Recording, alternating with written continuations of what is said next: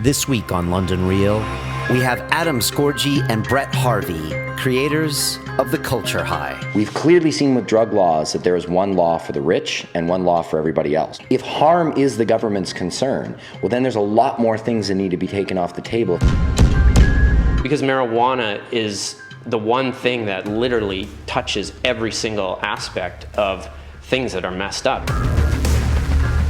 You can beat an addiction. I have one of my best friends that has done it and he's extremely successful now. But you can never beat a conviction. This is a film where if you miss 2 to 3 minutes of some nuances what somebody's saying, you're missing a vital piece. The Union was discovered, spread across the world because of the internet. The culture high was demanded and funded by the internet. Brett put together as a director is a special film. It's on October 17th. It is going to be available to the world on Vimeo. Oh, you got to cut it down to 90 minutes. And I was with Brett and I fought and I'm like, no, I'm not fucking cutting it down to 90. They're like, no, but that'll sell easier for TV and this and that. I'm like, fuck it then, we'll go right to the internet. London Real presents Adam Scorgie and Brett Harvey, The Culture High. If Snoop asks you to smoke, I'm pretty sure I'm going to inhale.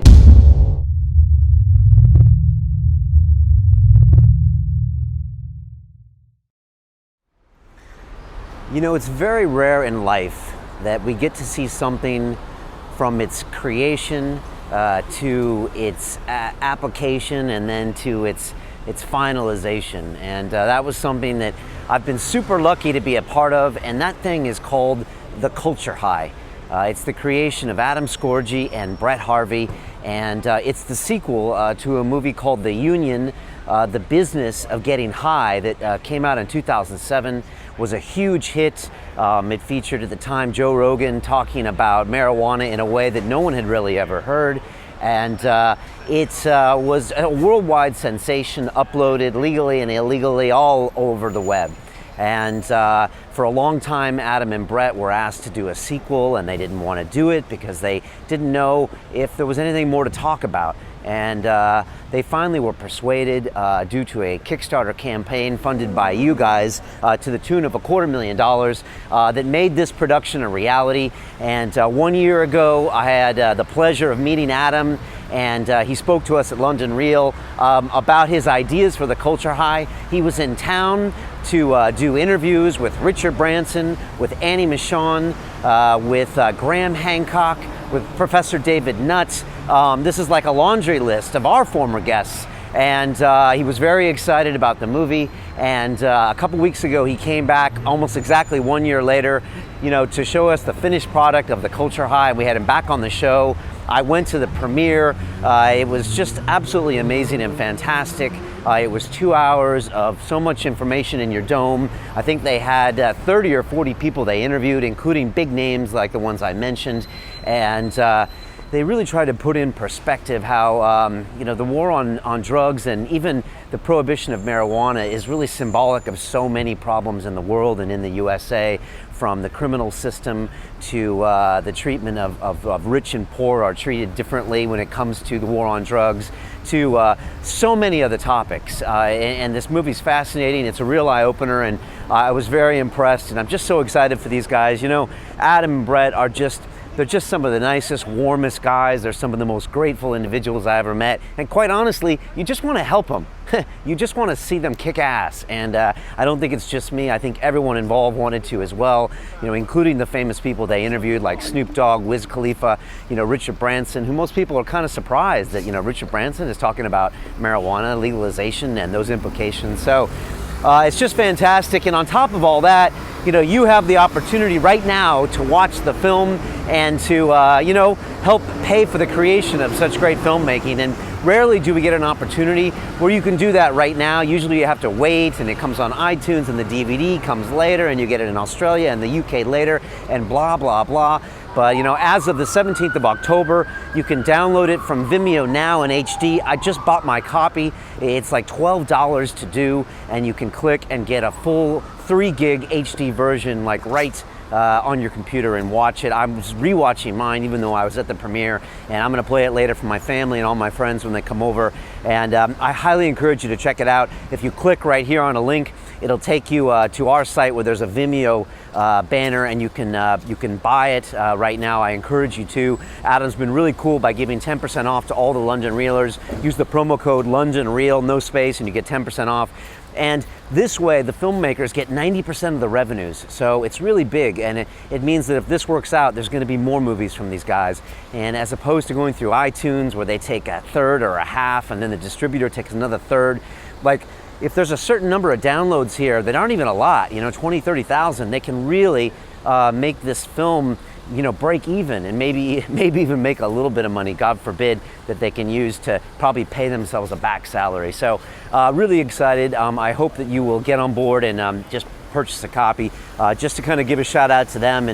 And I think it's important to support these filmmakers. And this is the one time not to do a torrent on this movie. I think this is the time to just make your vote with your money and pay them. So appreciate it if you do that.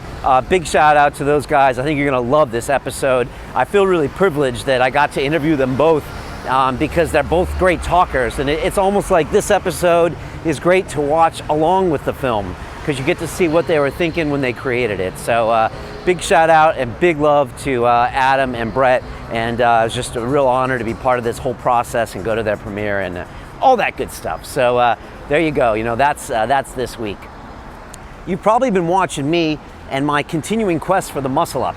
Now, some of you have come up to me and congratulated me on the muscle up, but I haven't got it yet. I have things that look like a muscle up, or someone's pushing me in the muscle up, but I'm still working on it. And that is thanks to the guys at Monkey Nutrition. They are supporting me with my supplements for this quest for a 40-something-year-old man to get his belly over a bar. And I'm using the Primal 26 protein powder. It's some of the best on the market, and I use it 3 times a week after my lifting sessions and my muscle up sessions. And I highly encourage you to pick that up. You can click on the link, you go straight to the page. We gave away hundreds of ebooks and some Primal 26 last week. Thanks so much for being a part of that. If you still want to get a copy of that ebook, you can actually click on now and pick one up yourself.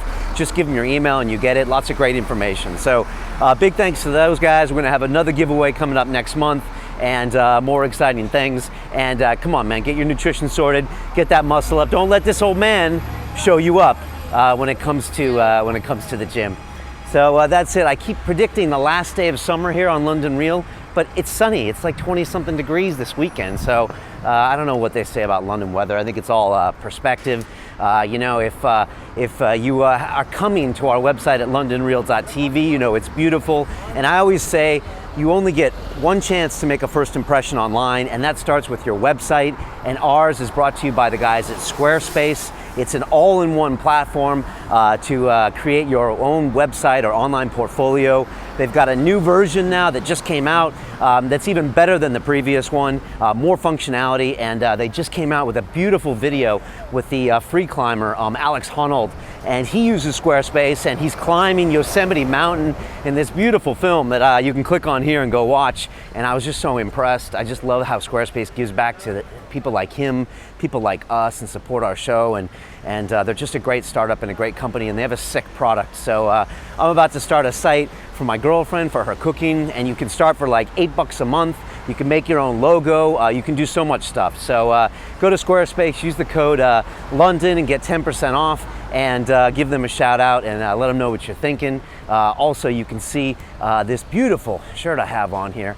London Reel, are you kidding me? And you can pick that up on that Squarespace website. Click on the gear, and you can get this. You can get hoodies. Everyone's wearing these. Sully Breaks was wearing one when he interviewed me last week.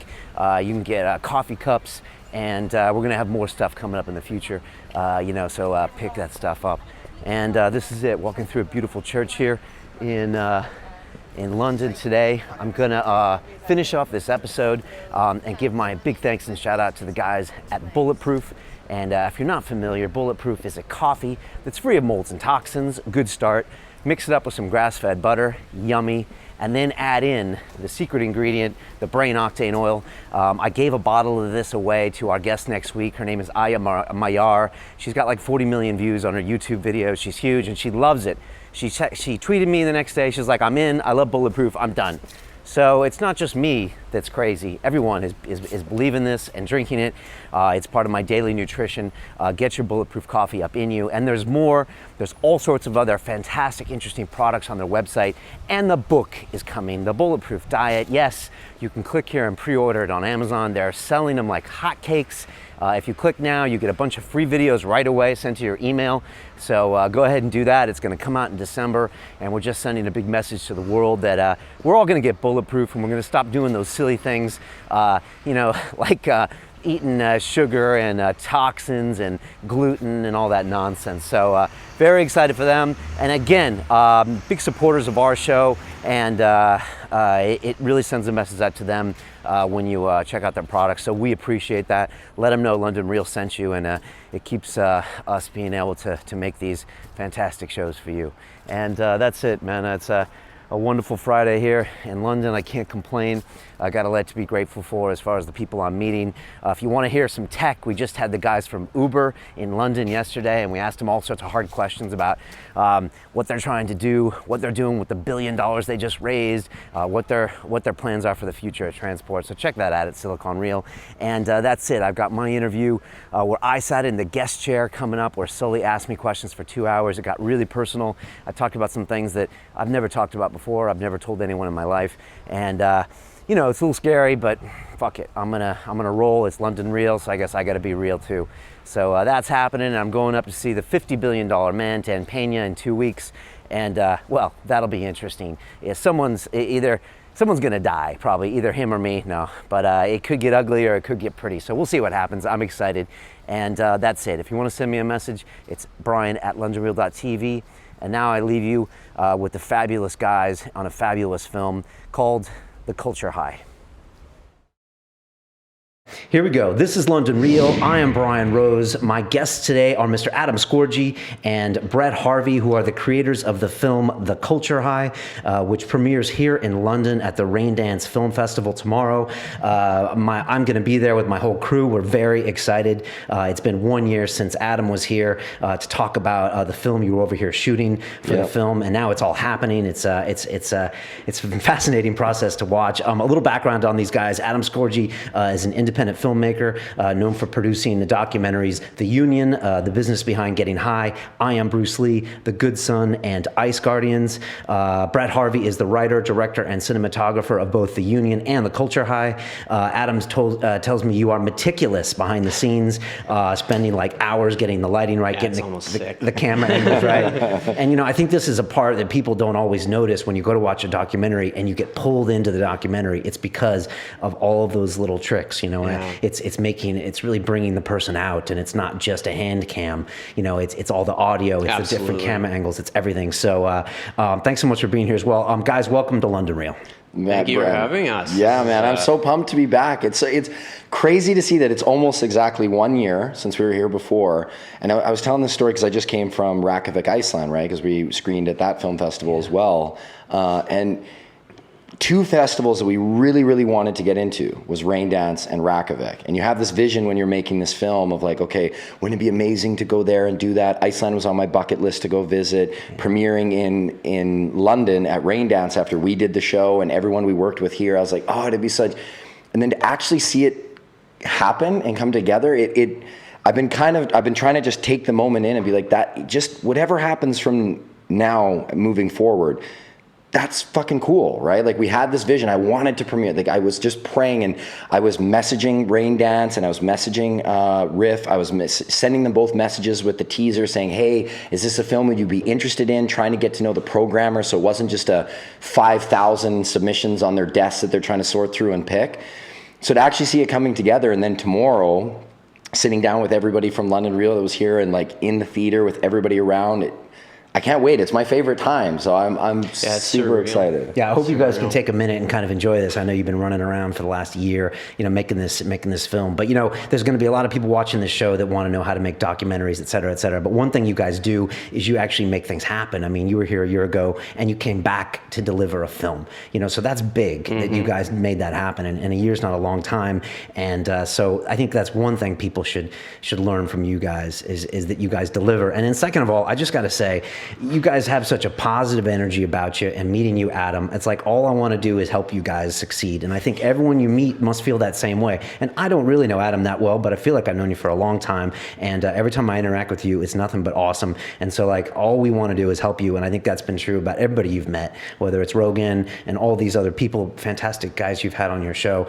Do you guys realize this? Man, you're getting me emotional. It's something that I think there's something to be said about that with the podcast world, though, as we were kind of talking before we started, is that there's an honesty that can come through here, and you want to see that. And even people in the film that Brett wanted to have, like we're both avid podcast listeners, and we listen to certain people, and you hear this honesty, and you're like, I want to work with them. I think we'd be like-minded, right? Like because these interviews aren't these bullshit media ones where they can put on a facade and have these generic fucking answers.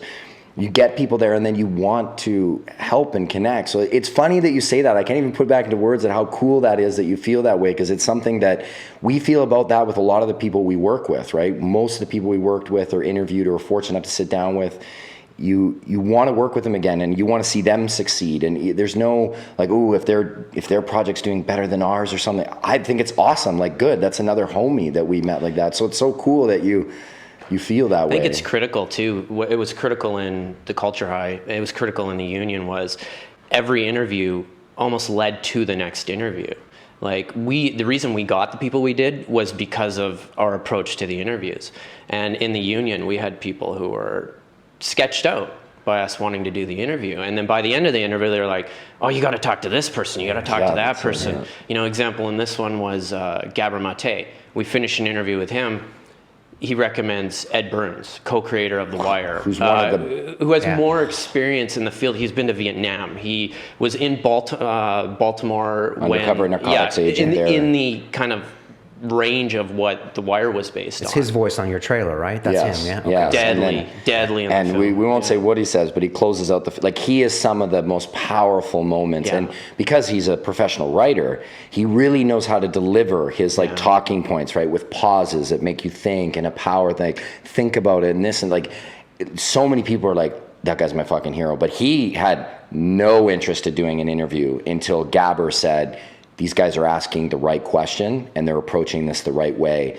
Literally, his email said, if Gabor says I should do it, then I will. That was the only reason. I have the email of why. He said, because we said, hey, do you want to, when this comes out, do you want to premiere, do you want to copy? He's like, not into any of that. I work in Hollywood. I know what that, in HBO, I have no interest in that. I strictly did this because Gabor said, and then after asking, afterwards, he loved the questioning and the approach we were coming, and kudos to Brett, 10 or 15 times when we were interviewing people, there'd be questions, because Brett would do such good homework on these people that we'd ask, and they'd be like, whoa, you're bringing up stuff from 10 years ago in my bed. They're like, man, good homework, right? They were impressed. The interviewer was like, I can't believe you did that much work on me.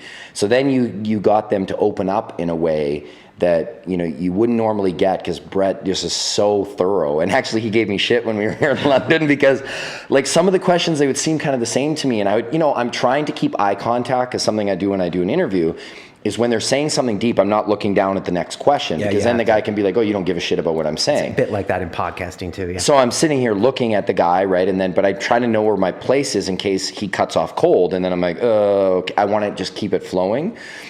And there'd be times I'd look and I'd kind of read and be like, okay, that's the same one. And I'd go, and Brett gave me shit when we were here, and I'm glad he did, where he's like, Adam, they may sound the same, but I'm trying to get something out of them. And even a great interviewer can't always do it the first time. Sometimes you ask it from kind of a slightly different perspective, and then he'll give the gold he really wanted to do. Well, sometimes they're just not even when you're into the pressure of an interview, sometimes you just don't even get out the answer the way you want it. So it's almost like a second chance to get some of that stuff. Yeah, and you need them to deliver it the perfect way so it can be right in. Well, at least I need it to be there. Sometimes, so in the sense of, it's critical when you have so much information and that you're trying to cover, that you have the elements that when you need to cut out this chunk here, and then you need to jump over here and grab this bit, you just got to make sure that bit's there. And a lot of times in their answer, they'll get caught up in the momentum of whatever that thought is, and they have actually several other things that are critical points of it. So you got to come back to it so that they can actually hit on those down the road. And then you cut out a big chunk in the middle, but then you're able to bring it all together and fit it into 2 hours when you're covering a subject that goes from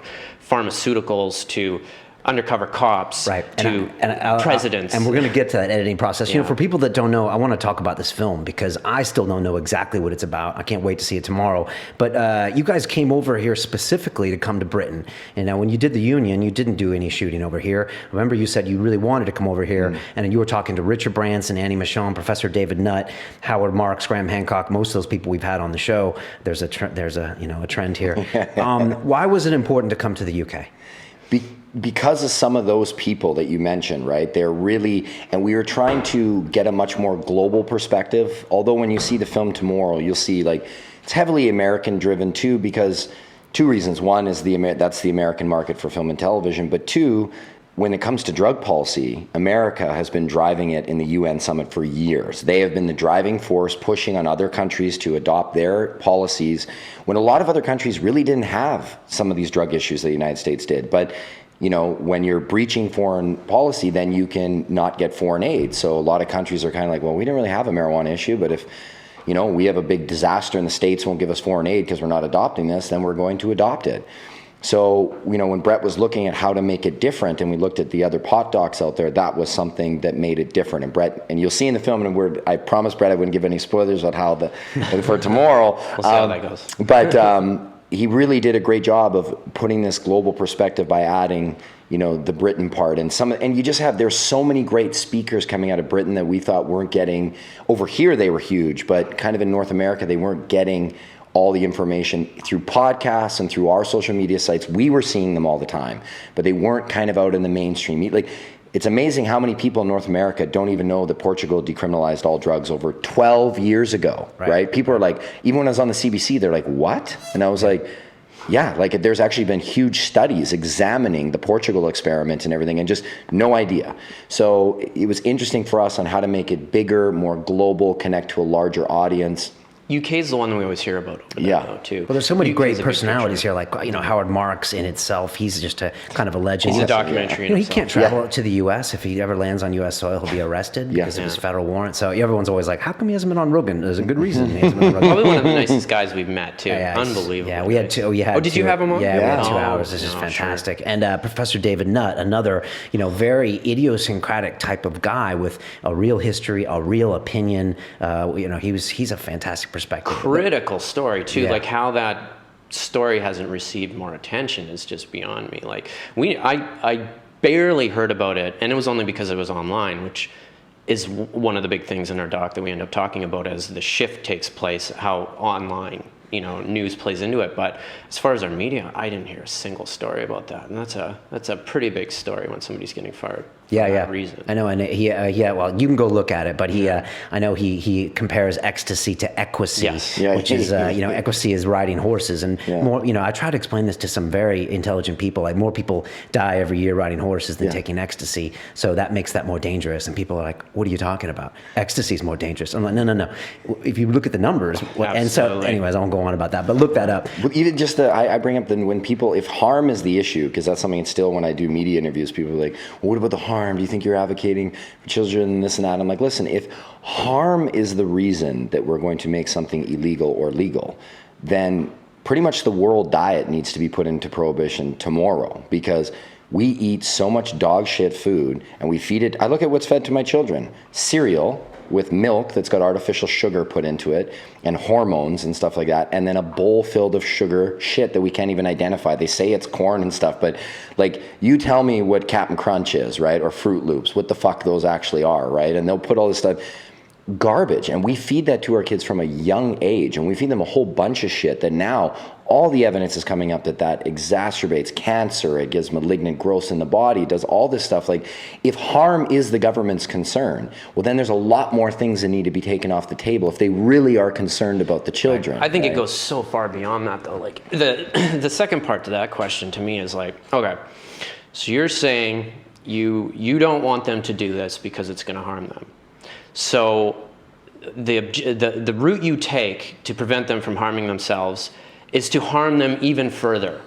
So you go, okay, well, because we think you're hurting yourself, we're going to throw you in a cell and take away your ability to go to school, take away possibly your job, take away all these things from you because we're worried that you might harm yourself.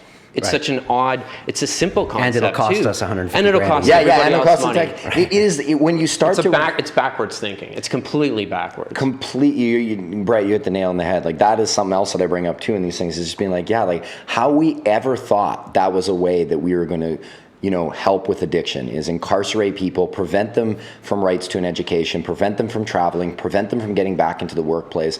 I've had my family and friends, lots, have addiction problems. And I couldn't imagine if they came from, like, luckily we had a very supportive family that had some financial backing to help them get out. And now one of my best friends has been like 8 years sober. He's an insurance salesman. He's doing great. He's got a fantastic life. But I couldn't imagine, like, even he says, he's like, man, I couldn't imagine being on the wrong side of the law, getting caught one of those times I was partying. Then he's like, I would have never been able to get the insurance job I have now. I would have never been able to get my life back on track. I wouldn't have been able to get out of the. It's hard enough when you're struggling with addiction and mental illness and, which should be a health issue, to then have criminalization to try to get out of that, right? Especially if you're a minority, because as we've seen, and a quote from the movie is that we've clearly seen with drug laws that there is one law for the rich and one law for everybody else when it comes to drug laws. Because we celebrities busted all the time, and it's like a big joke, right? But that's not a joke for minorities or people in impoverished areas. Not a joke for them. They get caught, federal record. They don't have a lawyer. They don't know how to plead. I mean, I've had some, times where I've had to go to court, unfortunately, as we've had with some of my previous experiences we've talked, where it's a confusing system and it's super expensive. So when you're going up there, you don't know what you're doing. Like, I just recently had a car incident, a road rage incident, where I got into an argument with someone, and they wanted me to plead before I'd even seen the incident report. They're like, how do you plead today? And I was like, luckily I had a good friend of mine that just finished law school, so he was guiding me through this. Right, and he's like, you're not pleading today. He's like, you're going to say, I'm going to ask for more time. I want to see the incident report. I'm going to ask for alternative measures. And then the incident report, when you read it, is nothing. They said I threw glass bottles and that the girl got cut, and it was totally not what happened, right? And then the guy had 2 previous road rage incidents, and he had all this other stuff where I was like, whoa. And they wanted me to plead before I'd even got to see this. Right? So if you, I can't imagine if you're someone that really doesn't understand, you get caught for the same thing that so many other people have tried, including former presidents, former prime ministers, celebrities, and you don't have someone guiding you, or you don't even have good influence in your life, parent, coach, uncle, relative, you're fucked. You're going to get that on your record. And like said in our first film, The Union, you can beat an addiction. I have one of my best friends that has done it, and he is extremely successful now. But you can never beat a conviction. That is going to be on there every time you travel. Even if you get a pardon, it's going to come up. It's going to show up on that computer. And I've met several people that have beaten their addictions and are huge contributors to society, great people. So the fact that we ever thought that harming someone in order to help them, we're going to help prevent you from harming yourself, therefore we're going to harm you, is so ludicrous. Let's talk about The Union, because this is a film you guys both made 7 years ago. I don't think you ever expected, it to be welcomed and promoted as much as it has. No. It was called The Union, the business behind getting high. I remember hearing your stories about it and what you recognize kind of going on in Canada. I think you originally were going to do it kind of in first person, and then later you did the voiceover.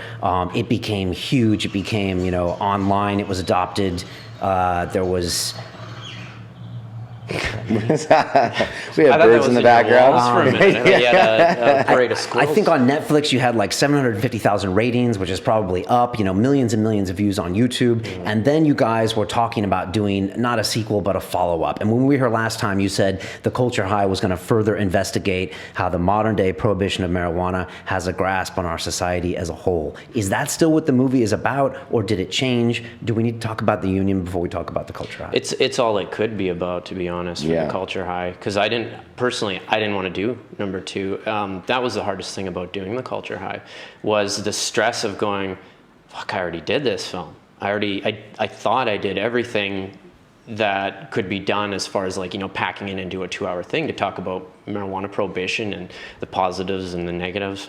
There's very few positives. And you guys really explained how, I just started watching it again and I had to turn it off before you guys came over. But, you started off with the whole history of marijuana, which I don't know if it had ever been put in a film, so well or so concisely. It was played, in front of the Canadian Parliament. This was a real cultural education about what was going on. And so you put it out there, and then people want another movie, or you're thinking... That was, like Brett said, neither of us really wanted, because when I'd go in the room to pitch to try to get us other projects, and we're all trying to, because the union, as I explained the last time, we'll get into it again, but I mean, yes, it became a cultural phenomenon, seen millions of times. It's viewed all over the world. It became the tool that like everybody looking for the truth about drug policy and stuff latched onto and was sharing in communities. But we all lost our ass on that movie, right? Like we were bankrupt and selling things, and I still haven't paid my dad back for what he put into it. Still owe him $60,000.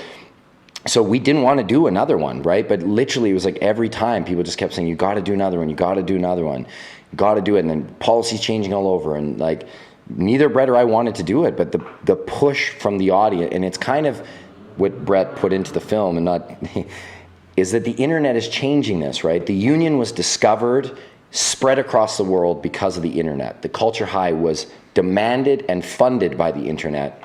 Like YouTube had just started around then. Yeah, it was just hitting its peak when we were coming out through festivals. Yeah, right. And then it actually, I think it was one of the big reasons that the union did so well, though, was like without that online presence, I bet you wouldn't have heard of us. Yeah. Wow. You know, like it was all through online, people sharing, people wanting to get the message out that came. And then the culture high, like the difference with the culture high, for me personally, to make it different, it had to go beyond just the marijuana prohibition at that point. Whereas the first one kind of looks at the marijuana prohibition, does this make sense?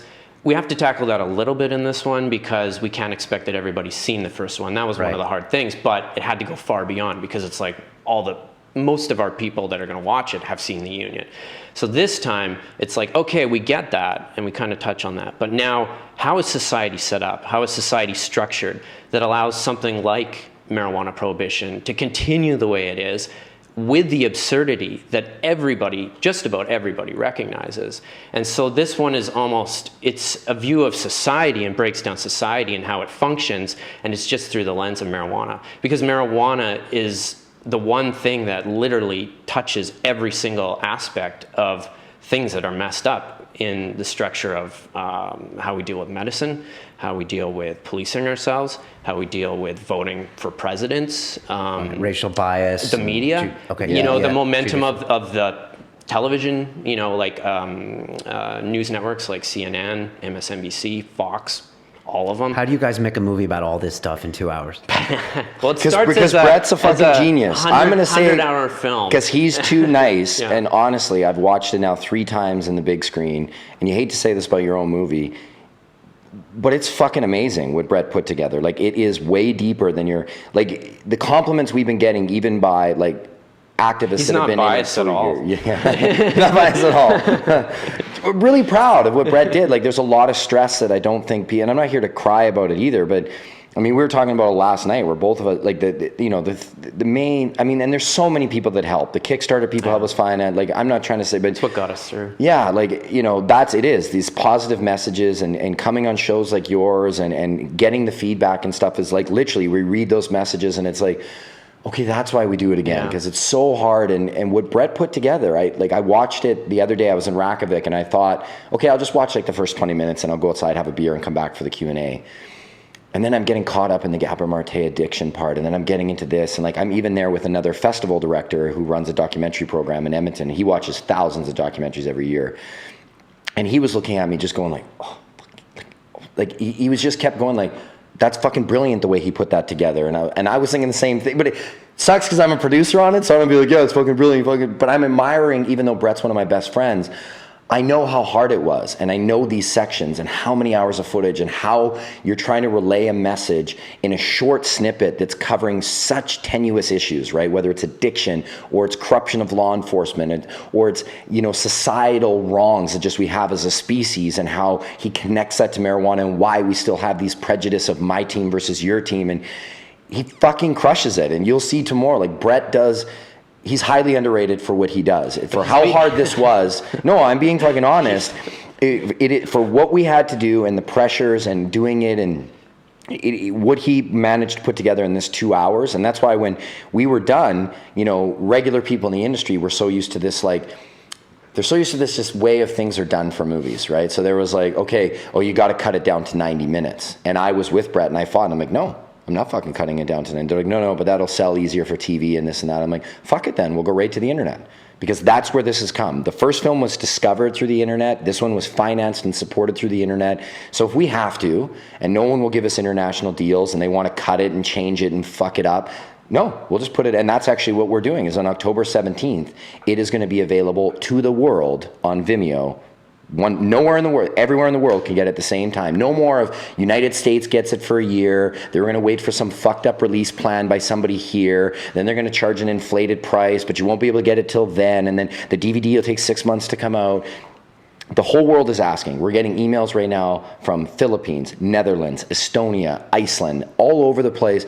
So like somewhere like Iceland that only has 320,000 people for their entire population, they're never going to get a DVD deal there. Right. So what are they going to do? They're going to steal it. And I don't blame them. I met a whole bunch of people that came to our screening, like 15 of them, that were big fans of the union. They're all like, yeah, we stole it. And I was like, well, I don't blame you. We never got a DVD deal here. How else would you get it, right? For 320,000 people, a documentary would be lucky to sell for $1,000 anyway. Right. So our thing is put it for a fair price. And you know tech, right? So like Vimeo's model is like, listen, most people don't want to have to break through a wall to get content they want. They're willing to support it if you give them a door. Yeah, right? and give them quality content. Yeah. And give it for a fair price. Yeah, for fair price, right. Right? You don't have distributors. Vimeo gives the filmmaker 90%. Okay. iTunes takes 35. The distributor takes another 35. So, and then there's like a 5% processing, and then they charge you marketing and all this other. So you have to charge $19.99. So even on iTunes, you only see 20% of that, or? Yeah. Literally, you get, iTunes takes 35, right. Then your distributor takes 35 after that, and then there's like a 5% processing fee they slip in there. Okay. So you have to charge $19 just to get $1. Okay. So then we're like, oh, well, why don't we just put it online for free for a fair price worldwide, like $5 rental, $13. Well, because we have a North American distributor, they determine we have to kind of match their prices to start. So when it goes on October 17th, it's going to be $12.99. Okay. Kind of like a theatrical price so that people can still do the Tug campaign and everything we're doing, right? Right, and I want to talk about that. So Vimeo, October 17th, I can go to Vimeo and plug in, give my credit card and watch this thing. Boom. Yeah. And it'll be like $12 or $13 US. Yes. And I can pay for it over here. Yeah, with my yeah. credit So card. they'll be equivalent. So it's not going to, because that was something I was really on them about. I like that we have the control where I'm like, no, I don't want it to be 13 pounds for people, because that's a ripoff, right? Like I want it to be a fair price to encourage people not to download, right? And they're like, no, it'll be 12, so then it'll only be like 8 pounds or whatever, right? Like a fair price for the opening, because it's still considered in its theater, because we have a 1 week theatrical in New York and LA, and we have some limited theatricals going across Canada, and then the Tug releases.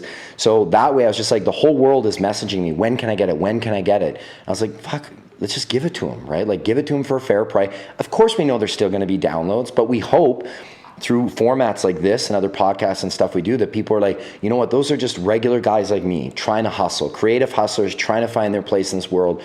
We ain't buying Ferraris with our money. We're paying our families back with our money and buying groceries and fucking diapers. So if you watch it and you hate it and be like, this isn't, I don't blame you if you download it, whatever. But if you watch and you're like, fuck, these guys did do a good job, I think I should support them. Even buy it when it gets a little cheaper, right? If you can't afford the initial one. Although buy it when it's really expensive first, right? Yeah. But, I get it. Everyone's struggling. We're all hustling. So I think giving the world the opportunity to get it for a fair price like that is something. I'm taking a big risk. Our sales agent did not want to do that, and he got really mad, and actually we're separating, and I have to do a buyout with him and everything because he did not want to do that. And I just said, listen, I think this is the way it's going. I'm really glad you're doing that, because if you have to wait and then wait for the DVD and wait to get it in England, and it's like then they go with the pirating route because they really want to see it. But I think if you give them the fair option, like a lot of comedians, and Rogan's releasing his show for $5. That seems to be the price mark. Yeah, too, that's right maybe a market. That's mark, maybe, but like a well, film. see, but that's where we wanted to do. Here's how I wanted to start it on October 17th. I wanted to do $5 rental, $9.99 download. You own it, right? And then the DVD extra features are going to be coming out in January, and then we're going to have bundles of where like you can get the union and the full film and the DVD extras for $15. So there will be a DVD stuff. There will be a DVD it's just stuff coming out a bit later. It comes out later, but because in order to get the film financed, we had to pre-sell North America, right? And we can't, like, that distributor is someone that can you still can't do this world without distributors, right? If you want to get into the mainstream, like our theatrical release in LA, all these things and in New York, you need them, and they've helped us. They gave us money up front, so they're not all distributors are bad. They did what a lot of other distributors did, and they gave us good money up front. We had to then interim finance that, and you're a finance guy, so you understand. We got the paper to then go get it banked, but that still got us into production. So they own North American rights, and they said, because they're releasing it on October 17th, match our prices to start, right? And then go with it. So, because I would have liked to have been cheaper to start, but that's, you know, anyone listening, that's why we start at that $12.99 That's a good price point. And anybody listening to this, then you have no excuse. You should go to Vimeo and you should pay for this, because it does trickle down. And I mean, you didn't make money off the union, and that's still ridiculous. owe $60,000. You still owe money off the union. I mean, like, and that's ridiculous, because so many people have consumed it and enjoyed it. And so, like, with something like this, I think it's really important that people, you know, take the extra step and realize you're supporting an artist. I mean, it's a lot like your Kickstarter campaign. I mean, that is real people putting their money where their mouth is. Yeah. You guys raised $250,000 on Kickstarter. Well, and it's important if you want us to keep doing documentaries like this, because there's a point where you get to be like, in my case, 35 years old, and you're going, oh, you know, I got to save some money. I got to have some kind of future here, because otherwise I'm going to be on the street eventually, you know. No, it's important for people to pay for content and then to realize that's how future content, you know, gets created. Yeah. No, exactly, and that's where I'm glad it says we're taking a big risk, but I really think because the audience was so strong on Kickstarter, and they also get it the same date, right? We have a password. That was the other thing, is Vimeo then provides them with all the passwords, so they get it the same time too. Because a lot of them were asking, like, well, hey, we paid and you're doing film festivals and stuff. And I was like, listen, if you look at the rewards, right? Some of the rewards for our big Kickstarter pledges was red carpet invites to ticket. Like, so you have to kind of share with everybody, right? And everyone our Kickstarter people have been awesome. Everyone got it. Like, there's been a few people being like, I'm kind of disappointed. Like, these festivals are getting it before we did. I gave them a sneak peek of the trailer like 2 months before, because it only released yesterday. Okay. And then today internationally on Richard Branson's website was fucking awesome. But you know, I got sidetracked there. But so this way too, Vimeo said, yeah, we'll give a code so you can individually send. So then at the same time that we're all the Kickstarter people, they get it too, which we told them from the beginning. We said, you will get your version when it becomes commercially available, because we had contracts with distributors going in that we had to keep everybody happy. Okay. And that's a tough part, right? Is that you have distributors you got to keep happy, interviewees you got to keep happy, producers you got to keep happy, and then the Kickstarter people you got to keep happy. And all this pressure landed on poor Brett's shoulders, where everyone, like, some people were expecting or are expecting this movie to be like the pivotal changing drug policy movie. Like, the pressure on all of us. Brett and I have never, until he gave me shit about the questions here, that I was making mistakes, which was justified. I was being a little lazy and we were tired and we were traveling, and I'm glad he did. But we'd never gotten to any in our 8 years until like the last few months, just all the stress welling up, where it's like, and it was just email. Like, Brett said it so good last night. We had a really good heart to heart. We're both like almost in tears hanging out the bar. And he was just like, Adam, I said this to my girlfriend. I just said, when me and Adam talk in person, it'll be cool. But right now we're going back in emails and inflections lost, and we're stressed, and we're all got these deadlines. And, you know, we've got, the film's bigger now. Like, we've got theatrical releases in New York and LA. We've got big producers. They're doing big releases. We're dealing with lots of people trying to make them happy, that it's just like, oh man, like, there's a lot of things that we were not ready for, that it's put pressure on us and our relationship and the stress. Like, we're really good at making movies, right? And then all this other stuff that comes, like, you can see why, and I mean, in a small way, why big celebrities a lot of time really have troubles when they really blow up, because you're not ready for that kind of fame. And I'm not trying to say everyone's pulling you different ways. Yeah, like, just now it's like everyone wants a piece and do this and read my script. Yeah, you gotta start tuning it out. You almost have to start just going, it's like it becomes white noise around you, and you just gotta kind of like focus on what you're doing. Right. Funny enough, with Adam too, and the release date thing, content-wise, from my perspective, I feel it's critical too, just because a lot of the stories in it was something I was fighting the whole time, where it's just changing so freaking quickly. Everything. It was constant. It was like it was swimming up a river while we were doing it, because it was like the next day you just edit a piece, and the next day all of a sudden somewhere legalized that hadn't, and there's an extra state now you got to add it to it, or you got to some politician just changed his mind suddenly, and now John McCain's talking about how, you know, he thinks it should be legalized, and it's just this constant battle, because I've never experienced something that changes so rapidly. Wow. And so now it's like, okay, we got to get it out so that it can actually be out and doing its thing within the process. And when did you finish final edit on it? July we delivered. Yeah, July we delivered. So that was like when sound mix and color correction and all that. And what's this movie going to do? Is it going to get people talking? Is it going to change legislation? What do you want it to be doing if you look at this 5 years from now? And what do you want it to do? And what do you realistically think it's going to do? Open up discussion first off. Yeah. I just want people to start thinking, and I want them to start thinking differently than they have. I think with the internet though, it's changed a lot. Like that was another thing. People were so much more educated this time. The first time, like the idea that growers and dealers would want to keep it illegal for profits. It was just like such a mind-bending thing back then. Like, really? It was kind of like the whole world turned for people. But this time around, it was just like, oh, yeah, of course, it's common knowledge. So that was one of the big people are way smarter. I mean, definitely our goal has always been, because we're not activists, we're not... Far from them. We just wanted to make great films. That's always been our goal. So we were hoping that it would allow us to do, if we could tackle difficult subjects like this, that we could open the door to do more. Ultimately, that's what we want to do, is just, be able to make a decent living doing great films.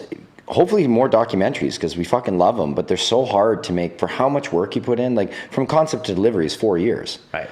Yeah. And I mean, if you were to calculate, you're a finance guy, if you were to look at how hard we worked and how much you made, every finance guy in the world would be like, this is a fucking horrible business model. We're getting out of this investment now. Get out. Let's do horror movies with high VFX for $100,000 and sell them for $1 or $2 million. That's the business model we're getting into. We were joking in the kitchen before that the documentary business is just slightly more intelligent than the podcasting business for returns. But you guys raised $250,000 on Kickstarter, which was huge. But most people don't understand that the movie costs a lot more than that. Yes. I'm glad you brought that up, because the total budget of the movie is $670,000. And when we went to Kickstarter, that was the gap we needed, right? We had pre-sold Phase 4, we had pre-sold Super Channel, we had tax credits, we had the whole Canadian system, so we had like 400 of it in place, and we needed 190, like it was make or break. So we said, because the audience was the one, we got thousands of emails from all over the world and Facebook messages and everything else, and everyone's like, do another one. So we threw back and said, okay, like if you want it and you want us to buckle down, sacrifice our life and stuff again, you have to show us.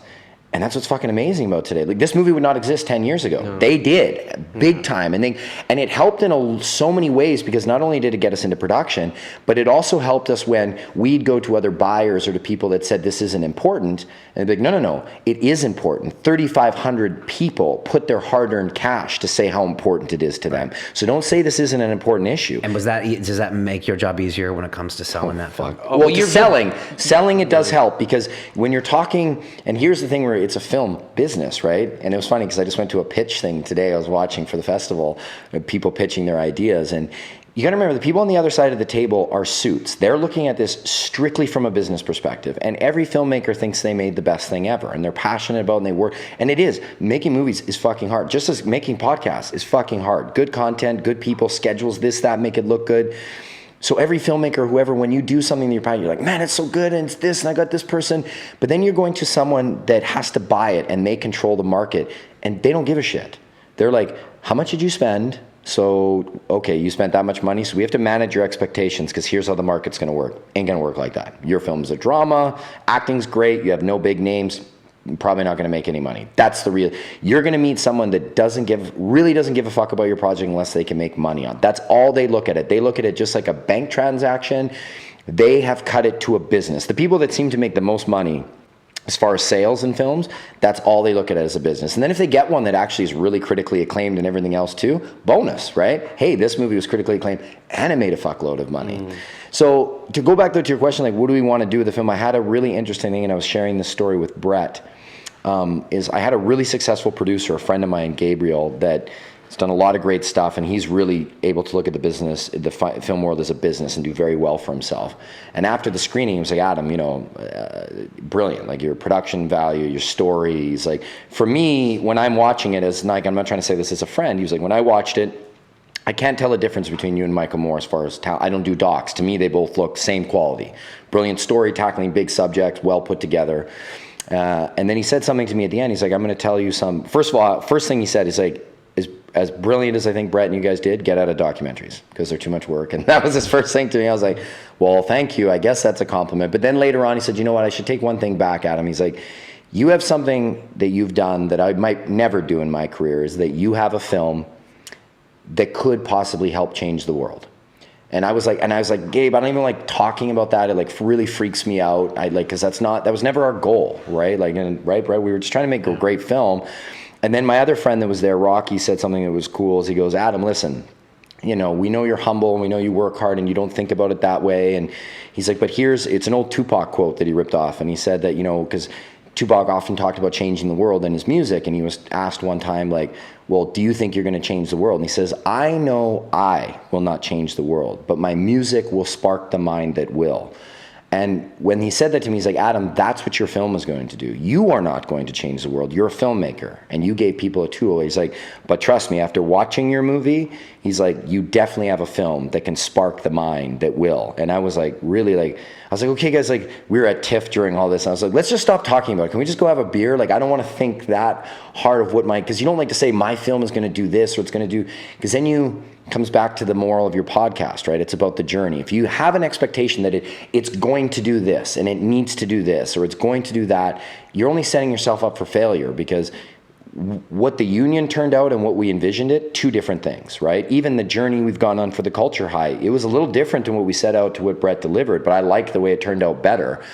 So we just wanted to make a great film, and that I can say, whether it's my film or not, if I'm watching it, what Brett put together as a director is a special film. It is. When people say it is a special film, out of thousands of docs that are made, there are those that are special that are going to connect, and the Culture Eye is that. Is there any metric to see whether your film made a difference, like the Parliament plays it in front of the Parliament? Well, Parliament's inviting us back. Obama says it was a great movie. I I don't think Obama, after he sees yeah, he's not going to like us in this one. You had his picture smoking weed on your website for the last couple of years. We have a little chat in the film about all the presidents in general and the stance and how the system's set up to perpetuate what we've experienced, what the United States has experienced over the years and then has been pushed on everybody else. Like, there was a point where Canada was going to legalize, and then the United States came up and said, well, we're going to shut down your borders if you do that. Like, they've been a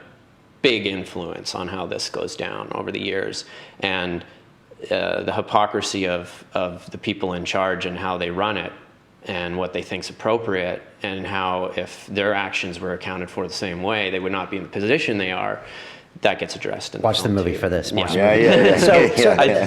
The thing is, there is no metric for you guys. It's just you're going to hope that everyone watches the movie. Exactly. It's going to be a slow movement, just like all of these information avenues. Although that's picking up quick now. Those states are starting to crumble. Right. That's going. It's interesting how you said how, like, when you're editing it, the whole thing's changing. And I mean, in a year from now, in 5 years from now, day by day. That was no joke. It was literally. I would wake up and be stressed out to look at Facebook and Twitter, because I knew there was going to be another story change which had to be addressed, and it was like, okay, do we take this one or do we not? Right. We added to the pile of 1,000 frickin' stories that we're already telling. Oh, poor Brett and Steven. They had like great segments that had been like lots of work put together that they had to abandon because like, oh, now this is irrelevant. The first like solid cut of it where I was like, okay, I'm happy with this, was 3 hours.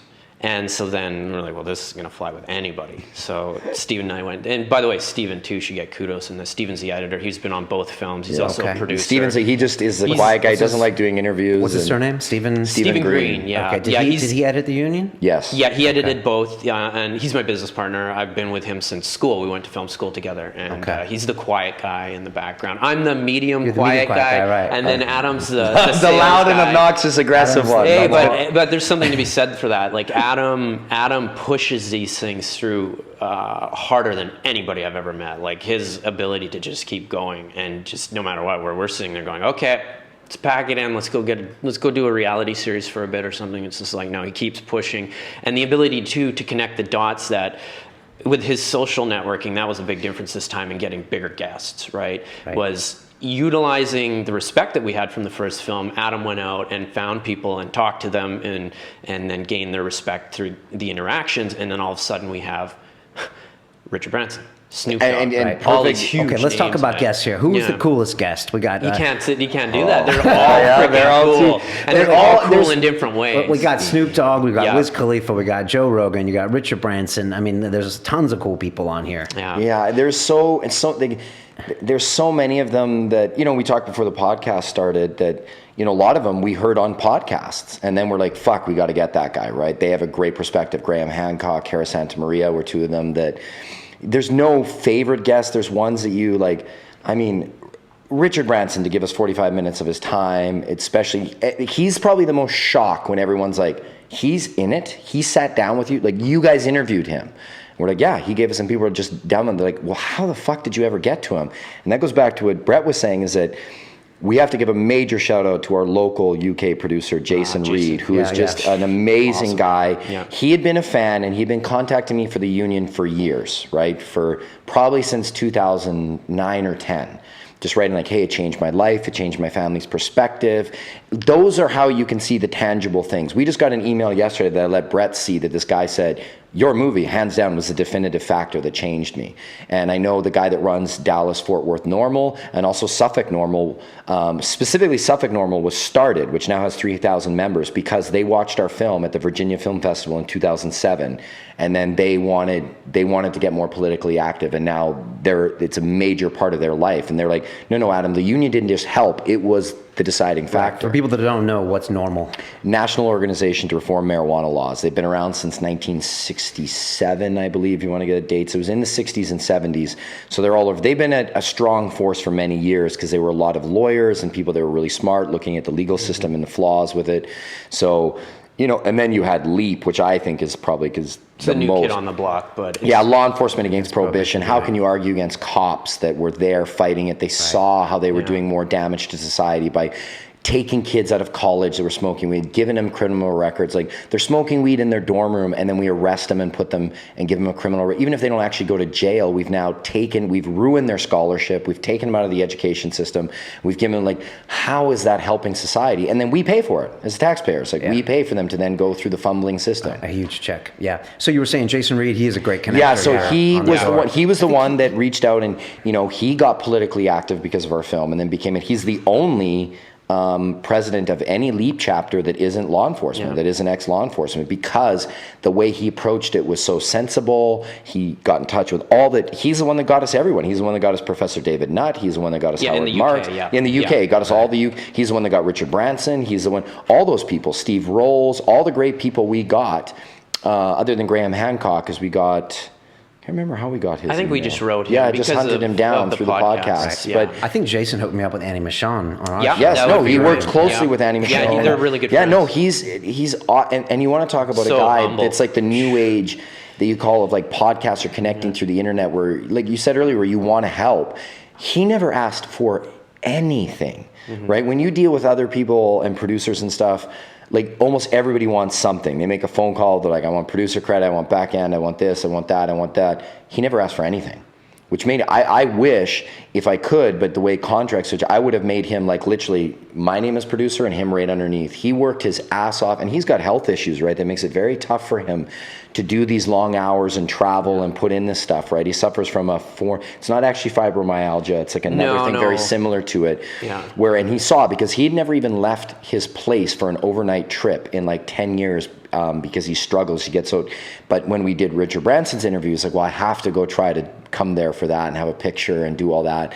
So he came, and you could see it, because we did his interviews the next day, and his eyes were really red from pain. You can see it in the film, because that's when he is interviewed in it too. So you had tons of grassroots help for this. Tons. That's where you can, as hard as we work, there was so much help and so much that goes into all these things, it's to a film, and I think any passion project, that it's really tough to try to thank everyone that helped you along the way, especially when we have so many people like yourself. You've helped promote it. Anytime I'm like, hey, Brian, can you retweet this for me and stuff? You're like, done, no problem. It seems small, but those help projects us a lot, right? When people do those things for us, that can be the sometimes when you would retweet things is when a movie reviewer from the UK is like, hey, send me your link, I want to see it. Right? Things like that and then a review by the right person can get you a distribution deal or do something like that. So it's what seems to cost somebody or take nothing of somebody does so much for us. And same with all these people sitting down to interview with us, right? Joe Rogan and Snoop Dogg and Wiz Khalifa and Be Real from Cypress Hill. None of them asked for any money. Right. They all did it for free. That's big. Huge, right? So that they would do that, and it's amazing. I'm getting emotional now, because it's when you sit back and just be like, fuck, how far we came, even with all the stress that we're going through now. It's pretty cool. So many people have rallied behind us to help us. Again, that comes from your energy, guys. I think that comes from you and what you're trying to put out there, and the tone of what you put out there. Because it's not the Brett and Adam show. It's we're making this. You know, it's fun. I it just needs want to be That's so made. awesome to hear. Like just before, like that is Ryan. Like that. Thank you very much for saying that, because we try hard to do that. So it's really cool that if that's what people are getting, one of the things cool. I was going to say, because you keep mentioning the podcasts, and actually I would thank you to like you and Joe Rogan, because you guys are probably the only podcast that I listen to. But you guys were actually really good screening processes for interviews for me. It was like that way I knew, like Graham Hancock was one. It was like, oh, he's fucking good. He's got to be on this. I was like, oh, and he answered that way. Okay, I got to make sure I got to, ask that. Nice. And then not necessarily with Graham, but with some other people, you could be like, oh, well, maybe next time or on something else. So podcasts were actually really critical. Even YouTube stuff, like Amazing Atheist had on, he does stuff with Howard Bloom. Howard Bloom's phenomenal. He's a mass behavior expert. Yeah. Howard, every single interview was like journeying into a new world. Like Howard Bloom took us into the whole picture. It was like, okay, let's take emotion out of this. Let's look it out as a human species and how we function and how it relates to other animals on Earth, and how this is actually a course of Mother Nature taking place and kind of, trying to figure itself out right now, to Cenk Uygur, right, from the Young Turks, who takes us into the world of the media and how things function on major news networks, and then how the internet got affected by that. So every single interview was like this massive journey into somewhere else. But I'm getting excited, man. I want to see this. Oh, it's crazy. We go all over the place. And then the podcasts, like we were bringing, like there's just, because you can get this honesty, and because sometimes people can have amazing credentials, right? They're like, holy, this guy's up, but just their personality, their delivery is not there, right? Like nothing against them, just they're kind of stale. They don't have that. But other people have, like, and you can see it with Ed Burns, right? Someone that has a movie background, his pauses and the way he makes you think, and then he kind of challenges me as the interviewer, Brett as the director, in this way of thinking, and puts you in these positions, and you're just like, oh, like he's money, right? Well, he lets you think, and he also, because you'll get in interviews, and it's probably the way I speak right now, but you'll get in interviews where guys just, they talk so quickly that you can't cut around it. There's no drama to be pulled from it, because you're sitting there literally, you have to inject pauses in their thing just so people have a breather and they can actually, digest what they're thinking. But with somebody like Ed Burns, it's just like, no, he leaves you, he lets you ponder, and then he brings you right back in, right when you yeah, that's right a skill. I think Hancock's good at that. As He's well. so good at that. You'll see in the he's good at that too. And but that's where Howard Bloom was Howard another Bloom, one. Like that. He gets you riled up, and then he gets like there's a. This time, we had with the union, because we were nobodies, and we're still nobody, but we were really nobodies then, getting in, challenging a very tough issue. To get critical thinkers to interview with you were like, nah, we don't know who you are, and you want to do a pot doc, and you want, no, fuck no. Or if you good, they were kind of jaded. This time, like we had, which puts more pressure on Brett and Steven, we had a plethora of amazing people that knew how to do interviews and would deliver. So like when the editing room came, it was like, oh, how do I cut out this section's good and this section? They all do it so well, and then you have to pick. And those months of that, months of just even categorizing. Let's talk about this process real quick. Now, you write the movie. You kind of sketch out where you kind of want to arc this plot and what you want to talk about. And then you think about the people you want to interview. And how many people did we interview here? 40, I think. 43. I think it was roughly 43. That's very organic though. That'll shift and shape as we're doing it. I'll go, we'll do something, and then it'll lead to another interview that I didn't even think of. But I think there's almost, for myself, who knows if this is the right process or not. For myself, there's almost 3 films I end up doing. There's the initial one I write, which is a film in itself. Then there's the one we shoot. And then there's the one that's made in the editing room. And that's the one that you finally see. And for me, it's like, I think there's a picture online. I have an entire floor covered in all the ideas of cue cards that I sit there and I rearrange and I go, okay, here's my main topics. This is really cool. It's as big as this room. Cards, I can imagine. And so like I just constantly am shifting, okay, well, why is this important? What's that, is that important? And then the process was, okay, now we have the footage, now we need to categorize all this just to even start thinking about how you're going to actually make it into a story. And then you slowly start whittling it down more and more until you get it to something where you can actually start connecting all the dots. And then I'll write all the narration that will go in between.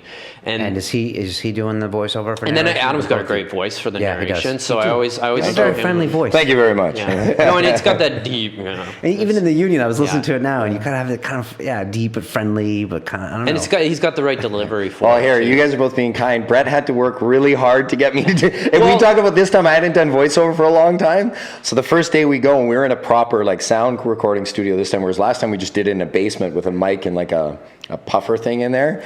So this time we start, and I couldn't get the tone. And like you can ask Brett, I was getting, so we were in there for about an hour, and I couldn't get the first fucking sentence right. Brett's like, politely on the thing, he's like, could you, okay, like Adam, let's just try, deep, just relax, like just say it, like, you know, you're trying to like, I was like, oh my God, this is gonna, and we had paid, not like actually, kudos to what Brett was able to do there is that there's not a lot of, for how much information, this is very minimal voiceover, Yeah, it got right? cut back a lot on this one. Like, which is, just shows how well the interviews and what the talent brought, which is great because when you're doing something that's so controversial like this, the less voiceover and stuff you can have, the better. It's more just there for posing questions this time versus, like, you know.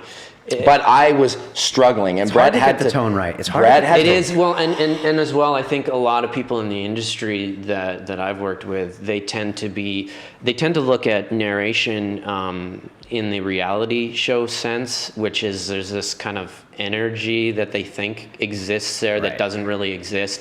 And for me, the critical thing is, okay, let's be as natural as possible in how we're doing this, because that's what this movie is. It's us contemplating. Well, that's your style, I think. Your style is to present the information and let Absolutely. people make their decisions. And Absolutely. one thing that nobody wants, including the American public or any moviegoer, they don't ever want to be told how to think about something. Exactly. And Especially that's they're when- way smarter now, right? So they catch on that shit, And I right? think people just subconsciously feel that, and as soon as they feel like you're being preached to or you're being told what to think, and that's where the beauty of your, the film is that I've seen of you guys is you put it out there, and then you can, isn't this pretty obvious? Exactly. Well, and the key element that we had this time that we didn't have last time was we had access to a lawyer who was able to take us through the process of doing fair use footage. Yes. So this time, I could actually take footage that was of the other side and place it in there. So you could literally, like, it's just you have the one side going, and then you hit them on the other side, and you go, up to you now. What do you think the difference is? I don't know. If you still agree with that, then okay, let's go on to the next point. But you just constantly do that. Then the other critical part of the process as you're creating the story for myself is I have to be entertained the entire time that I'm doing it. Meaning, like, if I'm sitting there dragging at any point. So as I go, and with Steven's also part of this process. If there's a part, actually a big part of the process, we both sit there and we go, okay, is this part lagging? Like, if that happens, it doesn't make it through, and it's either it goes because maybe the point wasn't strong enough anyways. But if it's a really strong point, I got to rework it until it's something that's, going to be entertaining. And I feel like I've come more from the YouTube generation, even though I'm older. So I have this need for information in a quicker sense than the traditional model. And so, like, our film is really quick cut, and it's a high pace that caters more to the younger generation, and the older generation sees it and they like it, but they're not quite as used to it because documentaries tend to be drawn out a long time. I think that's smart to err on that side because you guys come out in Vimeo on the 17th, and the people might be watching it on a desktop, and on a desktop you're competing with. I might want to check my Facebook now because this doc is getting a little slow. Absolutely. So you got to Brett, really. I honestly think Brett was ahead of the curve against 99% of doc filmmakers because he used that technique in the union. And then I know some good filmmakers that we're friends with, our good buddy Pete McCormick, who directed Facing Ali and I Am Bruce Lee. He commented on how he loved it. He's like, I love the quick takes and that, right? Like, and they got shortlisted for an Academy Award with Facing Ali. So he had a shortlisted. He was like, dude, I love that. I hadn't quite. So he actually integrated some of that into I Am Bruce Lee. You see some of the quick cuts and some of the, like if you see some of the way they did it. I'm not sure. I never heard him totally say like I got that, but he'd complimented on how you did that, and then you see some of that in I Am Bruce Lee, some of these quick cuts, and I thought it worked great for that film. How many people made it from the 43 you interviewed? I mean, did some people? Every single one.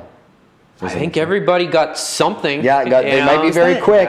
Was that important that everyone you interviewed made it in? You try to. I mean, does it get to be too many faces? I mean, It does. You got to be careful in how you that can do be it. tricky too, It's got to be right? appropriate, and it's like the housekeeper shows up and she's got an opinion, and then the plumber's like, because you're like, who are these people? It's gonna make sense. As long as it makes sense, you get away with it, right? Okay. Like as long as they're there for a point that is relevant to the topic and it keeps the flow going. At least for myself, I found that I was all right with it as we would go through with it and just let that go. Like there's a few people that maybe have 4 or 5 sentences in it, but they're making really valid points. So it works. I see what you're saying though, and I can see how that would. I'm surprised. Really I thought it was going to be awkward. like half the people or something. But I mean, you know, people know going in that they're doing this and they're giving their time. And Exactly, I would like, yeah. although no one wants to get cut out of a movie. So you mentioned this tug effort, and I want to talk about it because I saw it pop up on the Culture High website. Nice, and it basically says if you want it screened in your It's in your a great hometown thing, and I'm so depressed because literally since the buzz today, we're getting all these requests from all over the UK and Europe, and they're not in Europe yet, which is so. But it's a great platform where what Tug does is essentially it's a social media site like Facebook or Twitter. You quickly log in. You don't have to create an account, but you log in. You pick the film that you want to try to bring to your local theater. You put in your zip code, and it'll give you the theaters that Tug already works with. And they'll say, okay, pick your first choice and then pick 2 backups, because it can't always, not all theaters are down for a day and date release, which is what we're doing, where it's available on Vimeo for a higher price, but it's also still in theaters, right? Some theaters haven't adapted that new age where they're like, fuck it, it's either in the theater or it's on VOD. We don't do both. But for indie films, you can see that. Like, we don't have $20 million marketing budget. So even if it's in the theater, it's in 2 small screens and small areas. The only promotion it's getting is through social media. So these Tug events are kind of the way that they give us our media. So you put in your zip code, you put in the theaters, Tug will then do all the heavy lifting. They contact the theater with the dates that you suggested as an average fan. Come back and say, yeah, we've got this date at this theater or this date at this theater. Then they give you a threshold of tickets where they say, okay, if you want the bigger theater, it's 100 tickets, or if you want the more indie theater, it's 70 tickets. And then if you hit the ticket threshold, boom, the theater, you then brought the movie to your local theater, and now essentially you invite your friends and family, and boom, the theater's on the big screen. You had an impact in bringing the film you want to your area. And Tug gives you 5% of the ticket sales 30 days after a successful campaign in reward for doing so.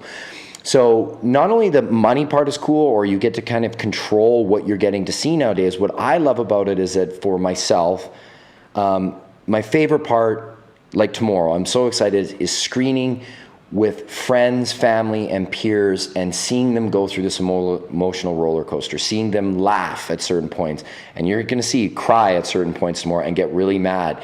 It is my favorite. It's essentially what fucks me and why I can't do anything else. Like, I can't do things that would make substantially more money. But when you're sitting in there in theater and you see your work affecting an audience of 50, 100, 200 people, it's tough to going back to a job that you just get a paycheck for, right? Just a numbers thing on a piece of paper.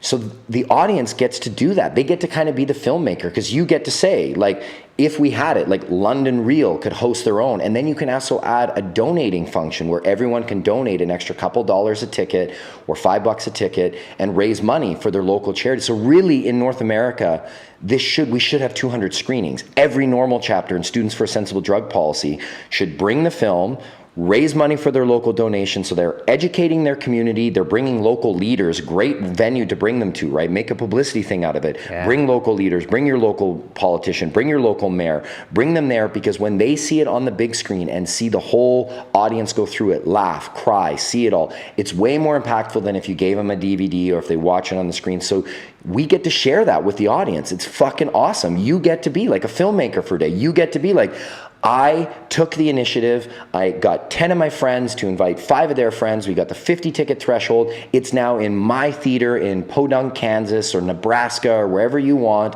You can make it happen. So when Tug came, I was like, this is the fucking way of the future for theaters. And then there's no cost. If you don't hit the ticket threshold, nothing happens. Right. You don't get charged. There's no bill. You don't get nothing. It just, unfortunately, your event didn't happen. But if you do, then you can sit there, you can call it, even if you wanted to call it by your name, like the Adam Scorgie presents, the Kansas premiere of this film. All right, so if you're listening or watching this and you're in the States somewhere, in any town, you don't have any excuse here not to make this happen, because this can be like basically your Culture High premiere, and you can get all your people there, you can get grandma, you said you were just in Canada and all the grandmas came out, and then plus, if you're even in any kind of a local movement, if you're listening to this show, you're probably on the same mindset as Adam and Brett. So if you really believe in pushing this forward, this is like a no-brainer, man. I love it. Opportunity that never existed Yeah, before. again, it's like it fit perfectly with the way the union was discovered, the way the cultural eye was It's the theme financed. of all of the stuff Yeah, we've like you said, done, watching it in with a group of like-minded people in a big screen is it's a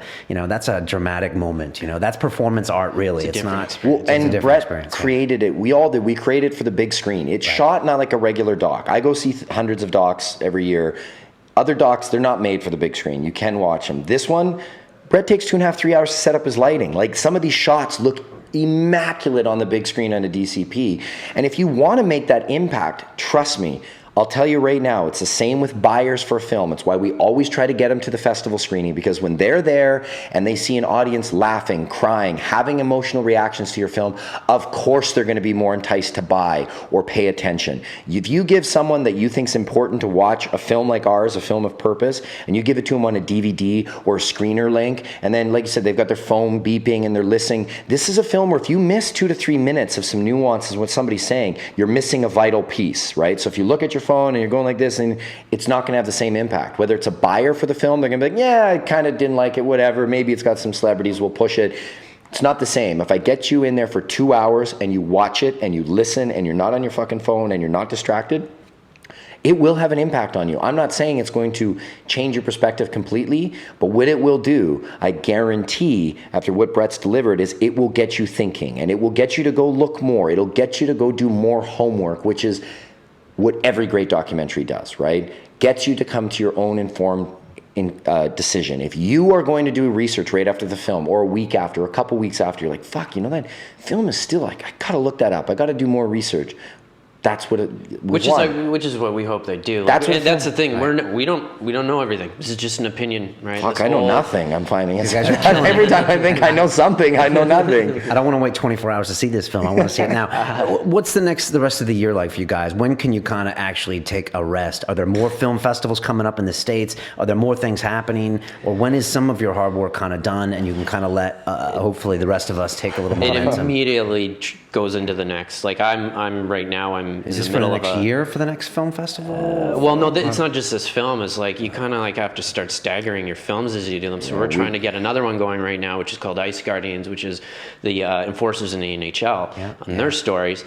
At the same time, we're trying to bring in some kind of income, so I'm trying to do a music video in the meantime, and then on top of that, we try to do all the promotion and the interviews, and so I'm off to Poland after. So we do this. I head to Iceland to do the second half of the festival for us.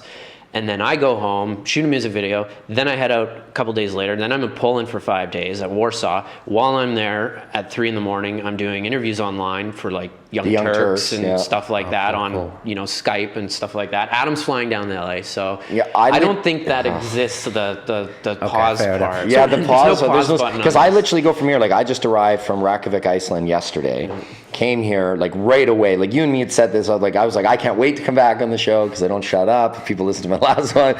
So I was like, I'm coming in to do London Reel, do this, premiere tomorrow. I leave the following morning. I go back I actually leave on October 3rd. I arrive in Kelowna on October 3rd, the evening, for the premiere in my hometown in Kelowna, BC, Canada, October 4th, which is going to be a real emotional one because we cover the subject of cannabis oil, which I'm sure a lot of your listeners are now looking into, and the benefits for epilepsy, and they're seeing cancerous tumors, a whole bunch of things, right? And in my hometown, there's a story that got pretty nationally known about a young girl named Kyla Williams. And she has an organization, Quest for Kyla. So we did, I had some people approach me about sponsoring the event in Kelowna because I was given a Kelowna screening by Phase 4. They said, go ahead, it's your hometown, you go do the screening, because I always give one back to the town that supported me through the years. So I always get them to try to have the BC premiere. So I go back and do it, and we raised, because I was giving a large portion of the ticket proceeds, and we did an expensive ticket price at $30, but I included sponsorship with drinks at the after party and other things like that, and we sold 250 tickets in 5 days. People were so on board to help. So look, Kyla and her family are all coming, and her grandfather was actually former RCMP, and he was one of the guys that was totally against all this, and now he's seen his daughter going from hundreds of seizures a day to only a couple seizures a week, and he's like, oh my God, I was wrong. I looked at this incredibly wrong for the longest time. And now seeing it happened to my family member and seeing the benefits. Like, he's like, maybe the science isn't all there, but I'm seeing it with my granddaughter. And when it's my granddaughter's life or death, I will fight it to the end. So they're all going to be there that night, and we're presenting them with a big check and everything. So it's going to be pretty emotional. Wow. Like, I leave right from this one, which is going to be I'm probably going to cry tomorrow. Like, I'm going to hide it and be up there. But like, the overwhelm when it all ends and you see everybody else going through emotion, like me and Brett were saying, we get really overwhelmed just because we know how hard it worked. We put into this in the 4 years. 4 years, yeah. Will there be a third? No. I'll say this though. This is exactly what we said after the last one. We're never doing another fucking drug movie. Yeah. And then you see what happens here. The answer right now is no. But there's a lot of people that have talked about that. There's people who've actually asked us to do an ongoing type series of this too, where we continuously cover it. So right now, probably not, but I don't know. Maybe like we need to get, we need to be able to be secure in what we're doing. That's the big thing right now. That's a step, is that our films are widely known on the internet and getting quite critical acclaim. But we really haven't hit that part where, our families and stuff are, and I'm not here to whine and stuff. Like, I hope people get, we love what we're doing, but like Brett and I, it's really at that point now where it's like, man, we need to make just like a decent living so we have stability.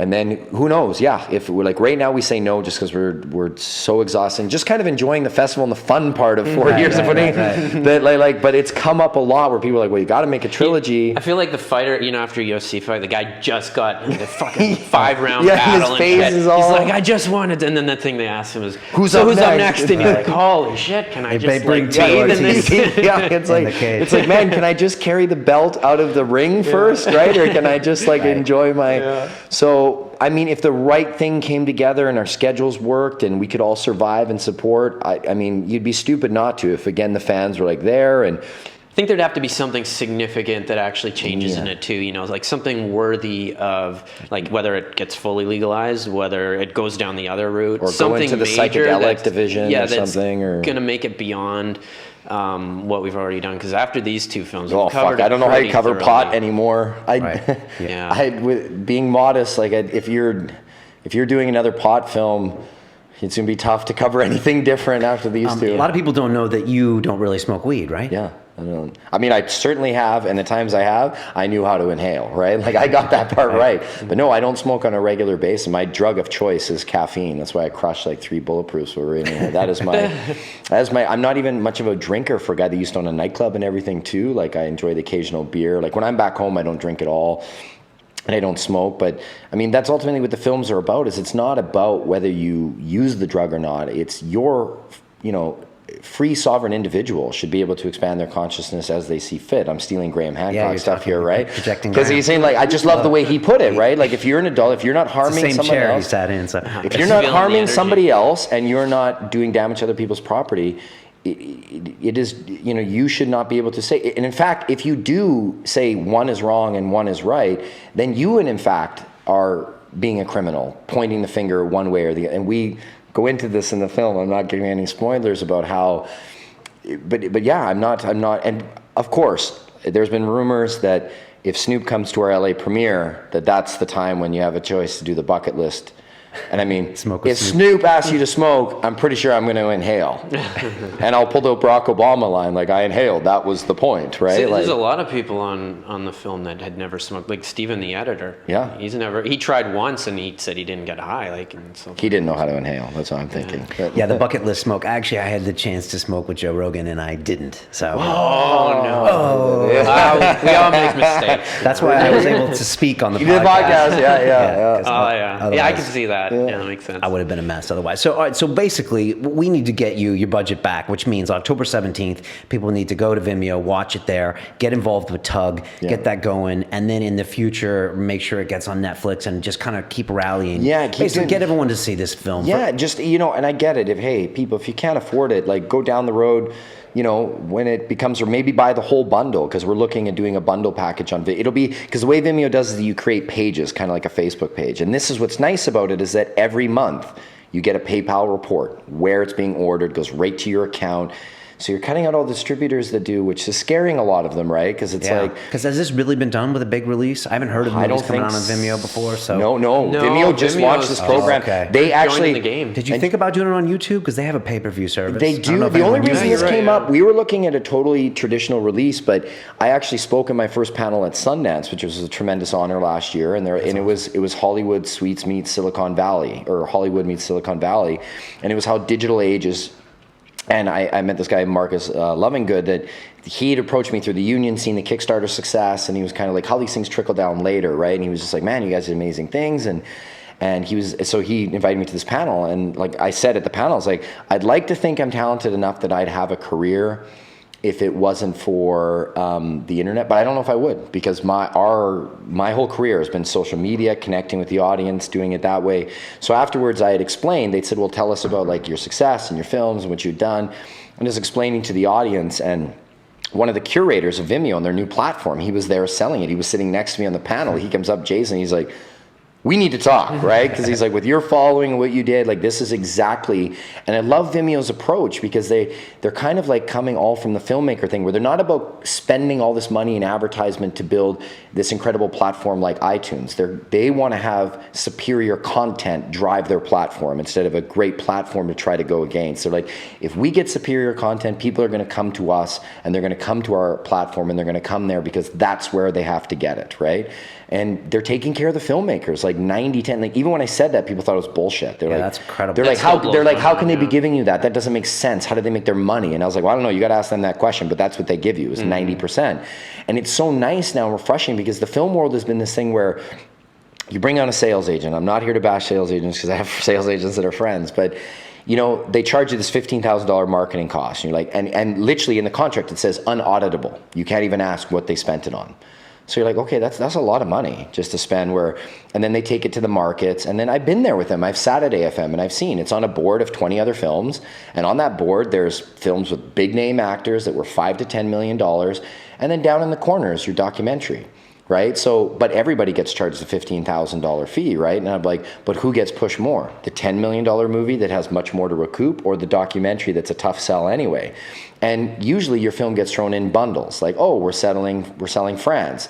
Oh, they really want this horror movie, but buy this one for $5,000 and buy this one for $5,000, and then you have your marketing fees that they charge you, your sales agent's commission, everything. So you get $2,000 for an entire country. And I'm like, well, that's only 200 downloads at $19.99 or at $9.99, which is a fair price for a film, right?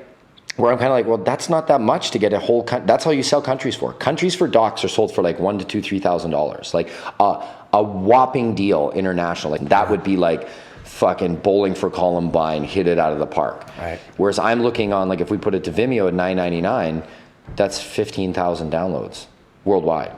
Right. So right? this Of is the people. way to equalize things. And then you don't have all the fees. And then even when you make that deal, like you said, then it's like, okay, well, we're going to, because we have these other films that we don't want to damage their release. So we're not even, we'll give you the paper, but then we're not going to release your film till February, March, when we kind of have our slow calendar. And then we're going to do our traditional release, which doesn't connect. We don't have, like, fortunately enough in the culture, we do have some celebrities, so you can connect that way. But they're going to do their generic platforms, their generic releases. They're not, and this film connects more with an ungeneric release, right? Like, do tug platforms, connect with the audience, let people push it themselves, let people put it, you know, so it just kept seeing like, man, it's going to cost a lot of money to do it that way. And then we're not seeing the benefit. Like, we've worked too hard, where it's like, oh, great, you sold it in France and we get $500 after everything, and now that country's gone. Or great, you sold it for $100,000, but they're not going to release it for 8 months, so people are going to download it for 8 months. And then when they do release it, then it's only paper. And then the way the distributors usually pay you is like, okay, $100,000, we're going to give you $20,000 upon first date of release. Then 60 days later, we'll give you 30% more. And then after we've done a run for 8 months. So you're looking 2 years before you collect that $100,000 anyway, after all those fees and everything. You're finance guys, so you're looking at it, you're like, man, that's a long time of drag out your money, right? Yeah. But that's how they do it. Right. So it's just like, it's instant, it's there. And I think a fair price. I think that's fair. Like, I think, you know, if you look at the comedy specials, they're only an hour. Ours is 2 hours, $10 worldwide, high definition on any platform. You can watch from your phone, iPad, like your TVs. A lot of them now have Vimeo incorporated right into the smart TVs, so you can watch it there. It's 1080p full high def, not the fake high definition that's only 720. It's 1080 on there. We just uploaded it for another day to make sure it was.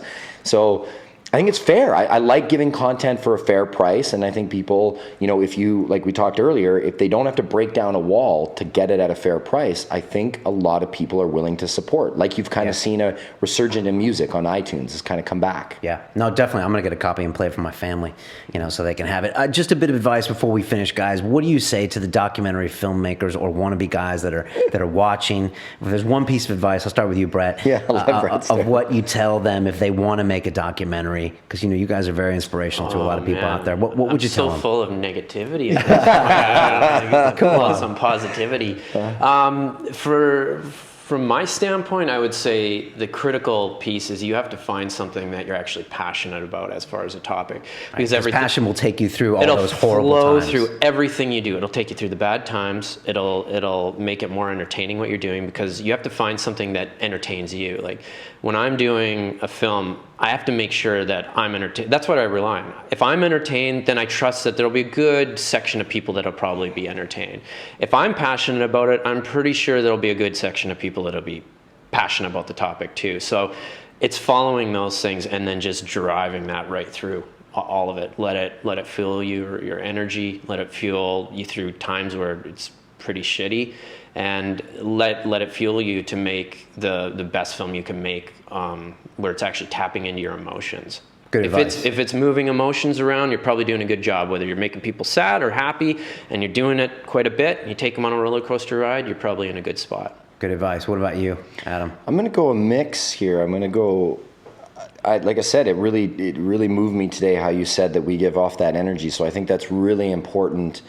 That if you're going to be working with people, that you're putting out there what you want to get back, right? Like it's a cliche old saying, but it's true. I mean, when you brought it up, it makes me reflect on all the ways that we could have failed and shouldn't have succeeded and shouldn't have been able to tackle these subjects and shouldn't have been able to get interviews with the people we want. But we always put out what we were hoping to get back, right? Professionalism, passion, the right message, not about, just selling out and making paycheck and just like all those things. Like it really has moved me today, Brian, where you said that, where that's come back. So I would suggest really trying to put out there what you want, right? Like, because I get it now with producers and stuff today. Like there's some that just instantly, their vibe is just like, fuck, get me away from this guy, right? Like he's just so much like, this is me and I'm awesome and like this is this. And it's just like me and Brett just can't even, like me from my old biker, like I just want to like smack him, right? And just like, and then I think the other thing, which is I'm stealing from Arnold's thing, but I think don't be afraid to fail.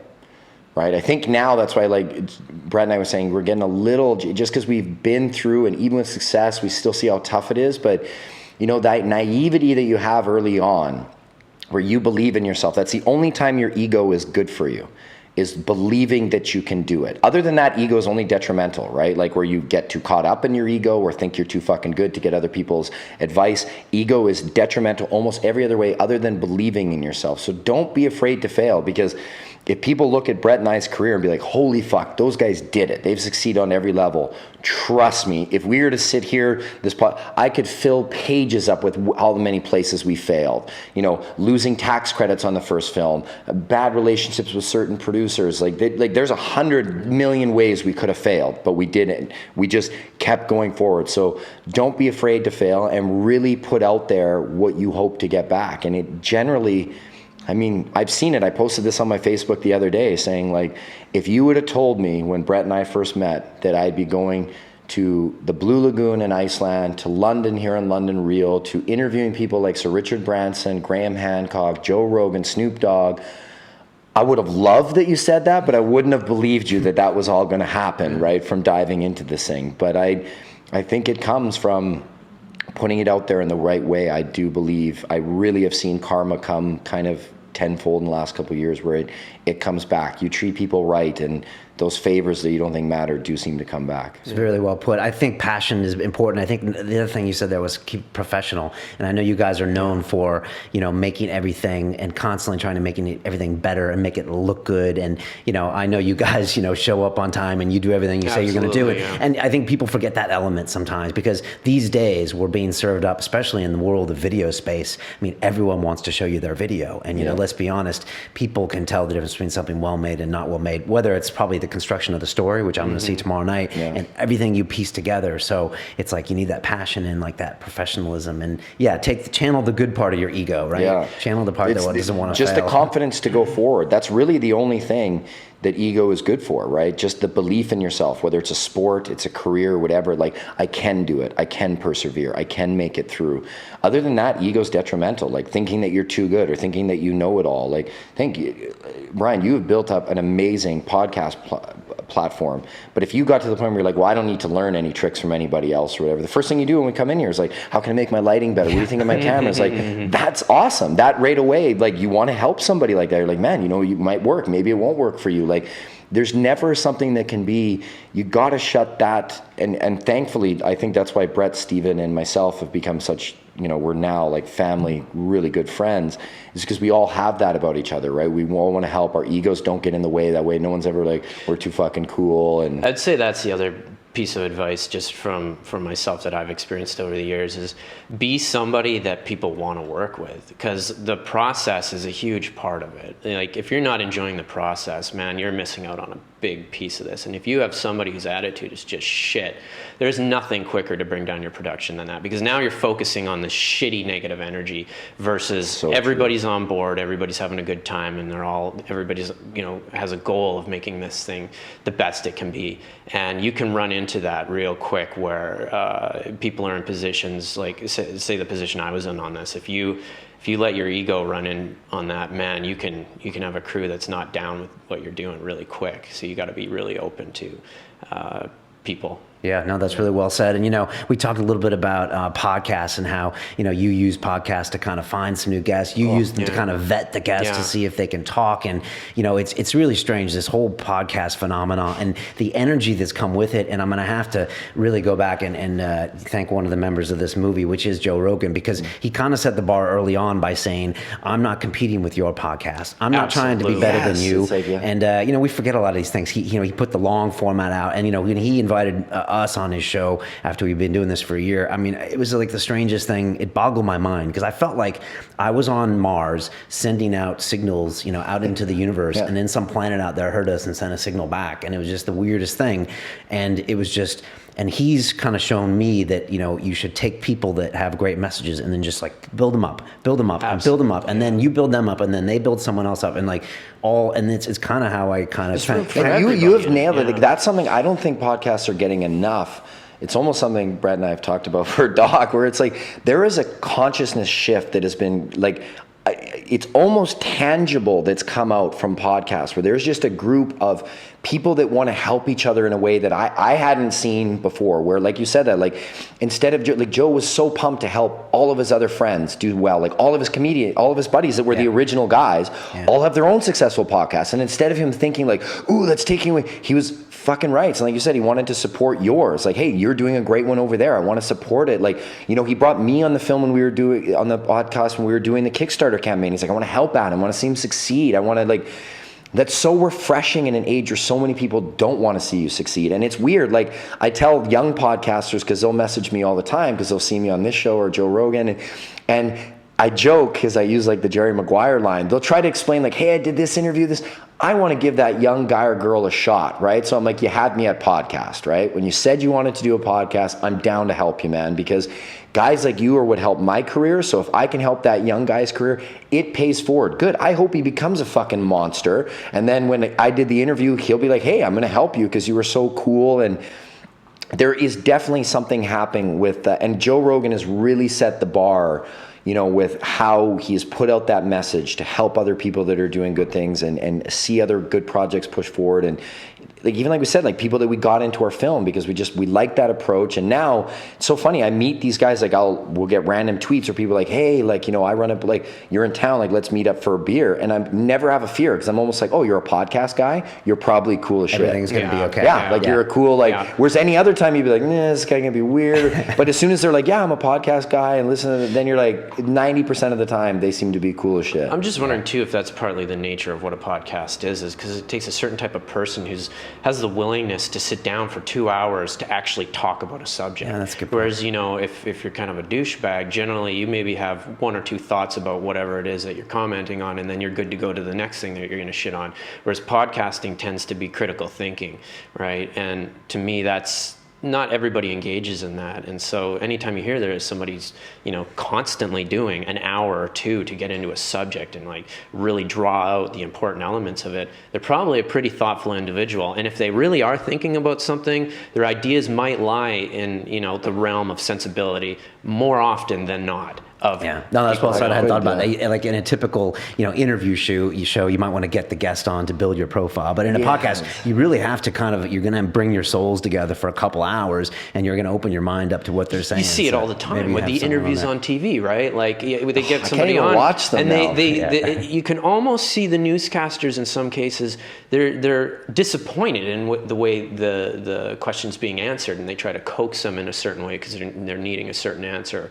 And with podcasting, I see the exact opposite. It's more like when somebody disagrees with you on a podcast, it's more, oh, that's interesting. Well, why do you actually think that way? Like, I want to understand why you have that thought process. Whereas on TV, you get the 2 seconds, or not 2 seconds, you get maybe a minute at most. They put out their taglines, their lines that they run to everybody. Then they're off. That's it. That's all you get with the subject. That's how marijuana's been dealt with over the years with the media. Well, and then the part too is that when you get someone talking for 2 hours, if they're putting on a facade or there's some image they're trying to uphold, you're going to punch through that in 2 hours, right? If they're on TV for 10 minutes and they're pre-approved questions and this and that about their movie, they can fall under that thing, right? But 2 hours of just talking and the conversation goes here and there, you're going to find who somebody really is. And I bet you any money that a lot of the people who are full of shit are scared shitless of doing a podcast because they know it's going to expose them. Yeah, they know they're going to have to go beyond some... just their main taglines. And a lot of them can't even get beyond that because they've never put enough thought to go beyond what it is and why they are the reasons. We kind of mentioned it. So Brett does a great section of this in the Culture. You'll see the. Don't let out too much, man.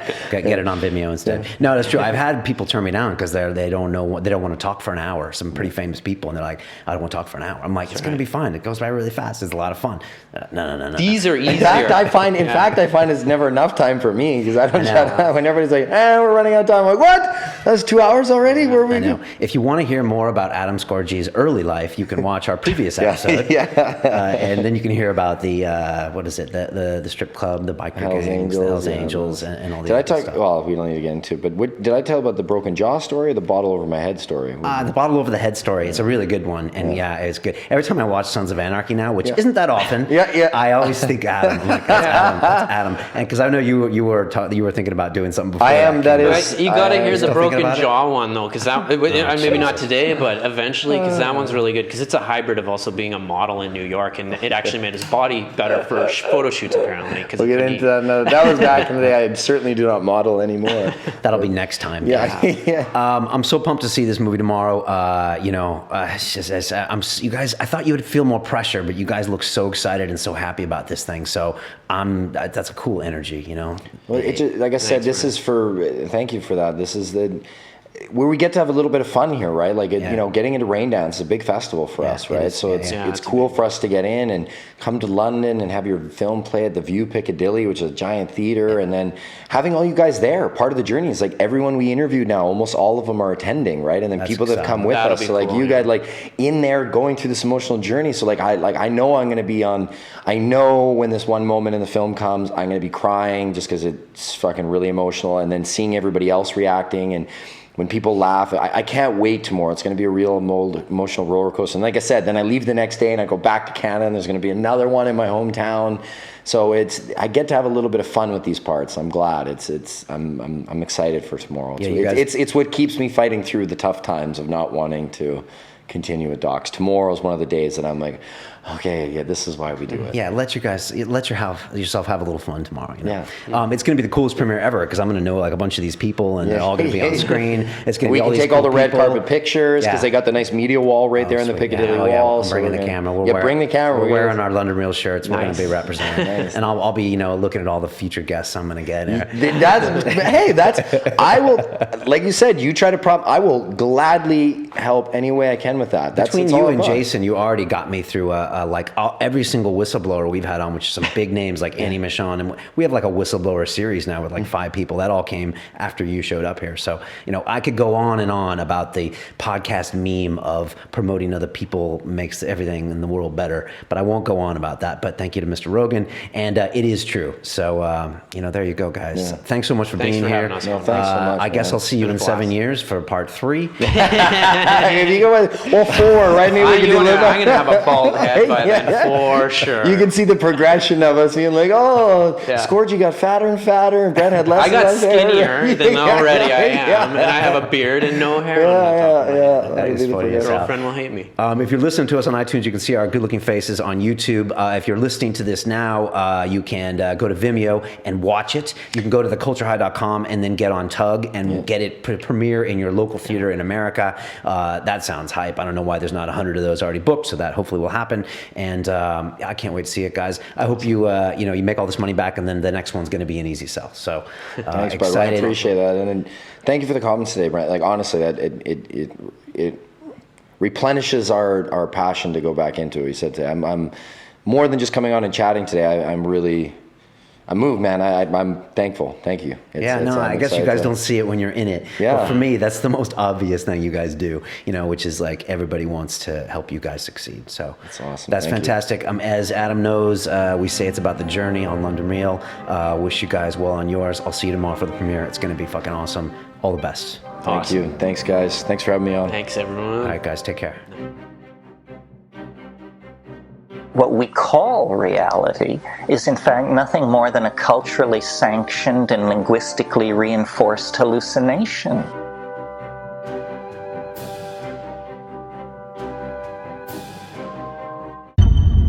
On London Real, we like to push the envelope on psychedelics. We went in and we drank ayahuasca, and it was the real deal.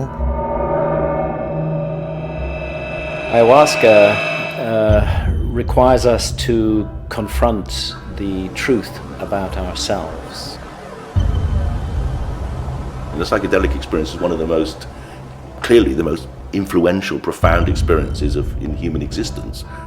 Now we explore dimethyltryptamine. Pure DMT powder and smoke that, and this is just a direct route straight to the spirit world. How would we change this culture? And it felt to me like LSD and psychedelics were the way. London Real presents DMT, before and after.